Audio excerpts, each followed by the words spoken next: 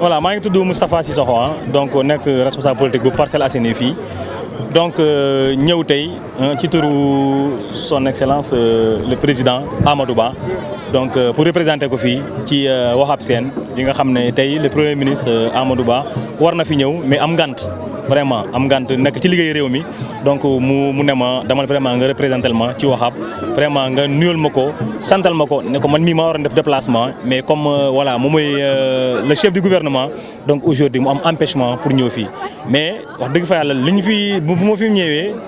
li ñu fi fekk dal na xel te loolu bettuñu ci Waxab Sène vraiment ku xam Waxab Sène nga xam ne wax dëgg fa yàlla jàmbaar la ku xam Waxab Sène di nga xam ne jeunes yi nangul nañ ko ku xam Waxab Sène di nga xam ne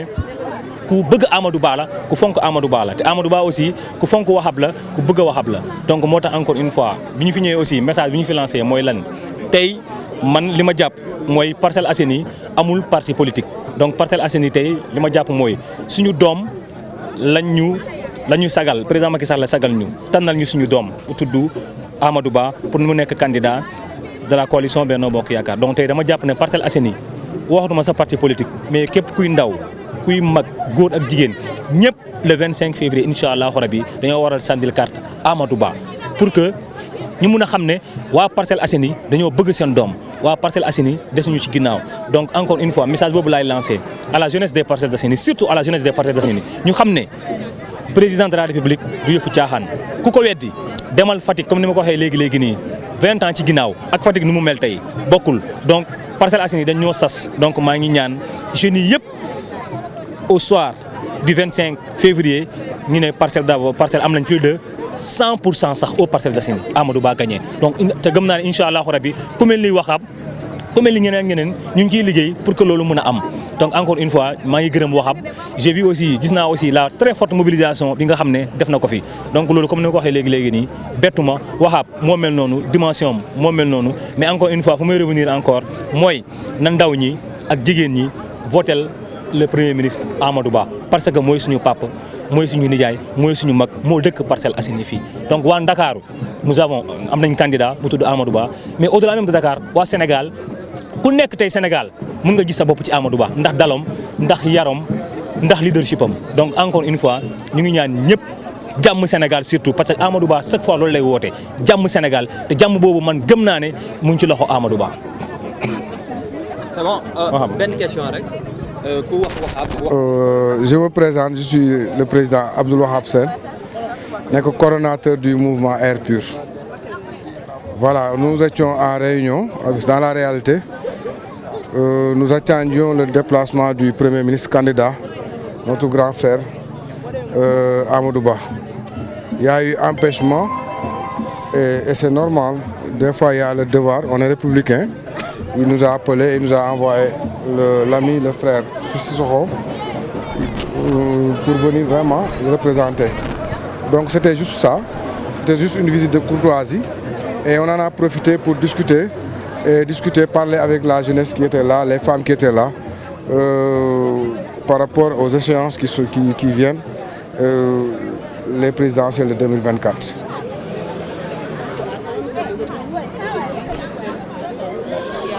mobilisation derrière lui, et on ne peut ne pas parler de sport. Nous voyons aujourd'hui qu'il y a vraiment assez de violence possédée par ces assaillants. En tant que responsable dans ce secteur. Donc la violence, ce n'est pas l'apanage du sport. Encore une fois, je vous rappelle. Dans la réalité, ce que le Sénégal doit faire, c'est juste un up. Parce qu'à y voir de près, à tous les niveaux, s'il y a combat de lutte, il y a violence. Même dans l'arène politique, il y a violence. On a vu beaucoup de stations essence brûlées récemment, des océans brûlés récemment, les SDE brûlés récemment. Donc la réalité, c'est que peut-être qu'aujourd'hui, il y a la gangrène, il y a la violence qui est là dans le pays et que les gens doivent vraiment s'asseoir autour d'une table, discuter pour voir et pour apporter des solutions. On a vu que le Premier ministre a été parrain de vos deux finales et bientôt vous allez vers cette troisième finale. Est-ce qu'on peut encore compter sur monsieur le Premier ministre pour être parrain de la finale zone B? Le Premier ministre Amadou Ba est le parrain de la finale. En réalité, vous savez pourquoi? Ce n'est même pas politique. Mais comme son frère Moussa Sy, le Premier ministre Amadou Ba a beaucoup apporté à la jeunesse ici au Parcelles Assainies. On a vécu une décennie, 12 ans, 14 ans, sans stade. Nous sommes allés jouer à Guédiawaye, nous sommes allés jouer à Pikine, nous sommes allés jouer à Grand Dakar. Aujourd'hui, c'est grâce au Premier ministre Amadou Ba qu'on a vraiment ce bijou. Parce que le maire Moussa Sy l'a entamé, mais aujourd'hui, vraiment, il l'a dit, c'est le grand frère Amadou Ba, qui nous a fait l'honneur vraiment avec un chèque de 1,3 milliard de finir la construction de ce stade. Au-delà de ça, il y a les subventions, il y a les maillots, les subventions aux ASC, il y a les maillots, les ballons, et il y a l'accompagnement. Donc, comme il l'a dit, aujourd'hui, nous avons une référence au Parcelles Assainies, nous avons un repère au Parcelles Assainies, et il s'appelle Amadou Ba. Donc, c'est pour cela, nous, notre parrain, en tout cas pour cette édition, s'il plaît au bon Dieu,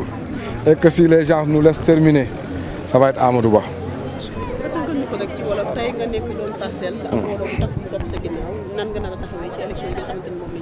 waaw loolu wax nañ ko ci meeting bële passé ñun en tout cas ñun Amadou Ba lañ parrainé. Nous avons parrainé la liste 117 ñu ngi ci boobu ba léegi nous sommes en c'est un mouvement boo xam ne depuis ay années mi ngi massifié wu tey boo xoolee li fi nekkoon tey c'est juste ay responsables yoo xam ne ay cellules lañ ci unité yi. Unité bu nekk nous avons invité benn responsable wala ñaar pour ñëw fekkee ndaje parce que tey vraiment le PM devait nous rendre visite malheureusement moom empêchement mu yónnee Sissoko nga xam ne doy nañu trop vraiment ci yónnant donc ñu ngi liggéey boobu ba léegi nous avons des cellules dans les unités nous sommes en train de massifier liggéey bi du dara lu dul terrain bi mais waxtaan ak nos mamans mais surtout waxtaan avec nos amis et frères jeunes parce que complexe bi foofu la féete. Et dans la réalité, nous avons un bon profil. Moi, le Premier ministre Amadou Ba, de par jaar bi, mon expérience bi. Quand vous êtes directeur général des impôts, quand vous êtes ministre des Finances, vous faites que vous êtes ministre des Affaires étrangères, vous êtes Premier ministre, vous êtes candidat, vous êtes jiite réew mi, jàpp nañ ne am nga expérience bi, mais am nga njàng bi parce que boo xoolee rek ñi nga xamante ne mooy environnement politique au Sénégal ñi fi nekk di laaj ñëpp ñi ci ëpp moom nekk na seen professeur jàngal leen ENA et tout donc am na bagage intellectuel boobu mais am na management bi te loolu lu ñu xam la parce que dañ ko jàng jege ko nekkoon ak moom liggéey ak moom pour xam ne am na management bi mais surtout fi ñu jógee muy fu metti muy ay tension di ay coow di ay taal di ay mort on a besoin vraiment ñu am président bu dal président bu yaru mais surtout président bu am yërmande mu yërëm askan wi jàppale ndaw ñi joxaat leen espoir parce que beaucoup de jeunes travaillent actuellement boo xoolee rek vraiment déplacement yi nga xamante ne moom la ñuy wax nii c'est vrai que c'est un peu dur gars yi ngi jël mënd bi ñu ngi jël gaal yi mais gaal yi da ngay fay 400 000 500 000 gars yi ñu ngi jël Nicaragua bi mais da ngay fay 6 millions l'argent circule les gars xaalis am na dëkk na boo koy defar dina am ñu am mu am fu mu méttee nañu yàlla dimbali ñu gañeen présidentielle yii di ñëw bu ko defee cet espoir boo xam ne moo am ci benn parti frange jeunes yi ñu dénk ko Amadou Ba yàlla jàppale ko mu satisfaire ses exigences.